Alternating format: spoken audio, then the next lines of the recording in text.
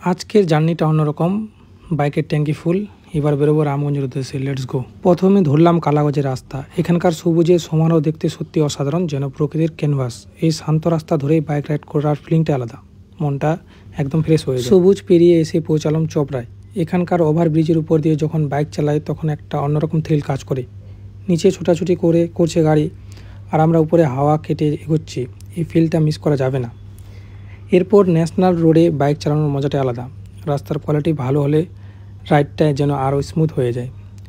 আমরা এখন আস্তে আস্তে টার্গেটের দিকে এগোচ্ছি, রামগঞ্জ। রামগঞ্জ জনবহুল এলাকায় ঢুকছি এবার।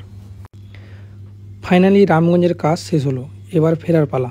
তবে ফেরার আগে একটা ইন্টারেস্টিং তথ্য, এখানকার একটা ব্রিজ। আমার মনে হচ্ছে র্যাপার শাহনওয়াজ ভাই সম্ভবত তার কোনো র্যাপ গানের শুটিং এখানে করেছিলেন। লোকেশনটা বেশ আইকনিক। তোমরা একটু চারিদিকটা দেখো, তাহলে বুঝতে পারবে। দিনটা দারুণ কাটলো, রাইড, কাজ আর নতুন কিছু অভিজ্ঞতা।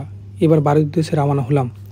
আজকে রাইডটা ছিল একদম পারফেক্ট। কেমন লাগলো রামগঞ্জের রাইড কমেন্ট করে জানাও, আর অবশ্যই লাইক দিবে। এমন আরও বাইক জার্নি দেখতে চাইলে চ্যানেলটি সাবস্ক্রাইব করুন।